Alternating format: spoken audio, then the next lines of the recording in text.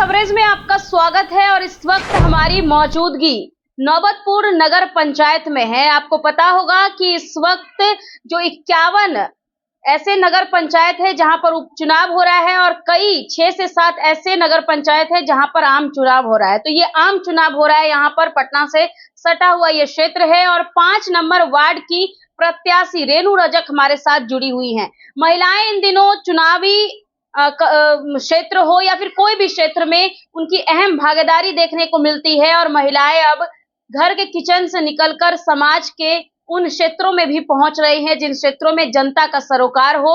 और महिलाएं जब निकलती हैं तो हम जरूर उनका कवरेज दिखाते हैं क्योंकि ये एक तरह से बड़ा मैसेज भी जाता है। हमारे साथ रेणु रजक जुड़ी हुई हैं। मैडम, क्या कहिएगा? सबसे पहले आप चुनाव लड़ रही हैं इस क्षेत्र की, यदि 5 नंबर वार्ड की बात करें तो तमाम जनता के बीच में जब आप पहुंच रही हैं तो जनता का कितना समर्थन मिल रहा है? पहले तो नमस्कार सभी को। जी, जनता का समर्थन है क्योंकि पिछले 5 साल में कोई भी कार्य ऐसा नहीं हुआ। जनता जो है असंतोषजनक है, तो इस कारण मुझे सपोर्ट मिल रहा है।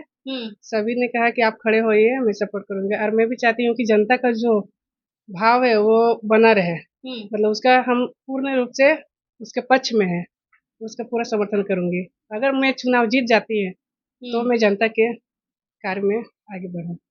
सड़क, गली नली, साफ सफाई, ये सब नगर पंचायतों का सबसे अहम काम होता है। और साफ सफाई की बात करें तो ये तो सबसे पहले की बात करें क्योंकि पंचायत के ऊपर ये क्षेत्र है।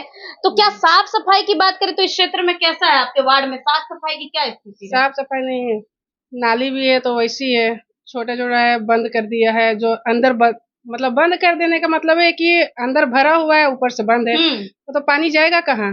तो सबसे पहले तो उसका निकासी करना होगा ना। तो वही सब देखते हुए, लाइट नहीं है, कहीं बिजली खत्म, लाइट नहीं है, नहीं कहीं कहीं है जो बल्ब फ्यूज हो गया, उस सबको भी देखना चाहिए। आपके वार्ड में स्ट्रीट लाइट है? हाँ है, हर जगह? नहीं हर जगह नहीं, कहीं है कहीं नहीं है। तो आप लोग खुद का लाइट जलाते हैं। जनता से क्या कहना चाहिएगा वार्ड 5? अगर मैं जीत जाती हूँ तो जनता की सेवा के लिए मैं तत्पर रहूंगी। सबसे पहले जनता है, जितना कार्य अधूरा है वो पूरा करूंगी। अच्छा, ये बताइए कि जब से महिलाओं को क्षेत्र में आरक्षण मिला है सरकार से, महिला खूब इन सब क्षेत्र में चुनाव भी लड़ रही हैं।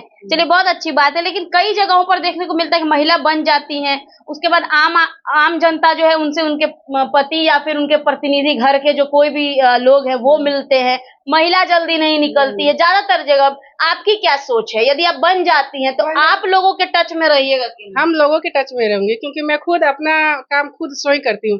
तो मैं चाहती हूँ कि अगर मैं जीत जाती हूँ तो जनता का भी काम मैं खुद करूँ, क्योंकि मुझे आदत है ब्लॉक जाना, हर जगह जाना, मैं अकेले ही, क्योंकि प्रतिनिधि के भरोसे बहुत सारी महिलाएं जो है वो काम नहीं कर पाती हैं। नहीं, मैं काम अपना खुद ही करूंगी। खुद ही करिए।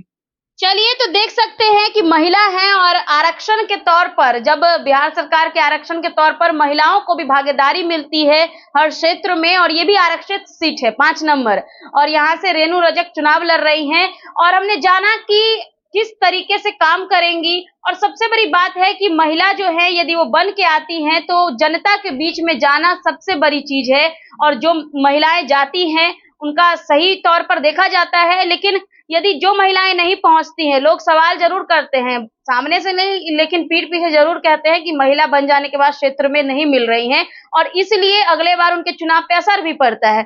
इसलिए ये सवाल भी हमने इनसे किया कि क्या जनता के टच में रहेंगे कि नहीं। बहरहाल, खबरों में इतना ही, देखते रहें।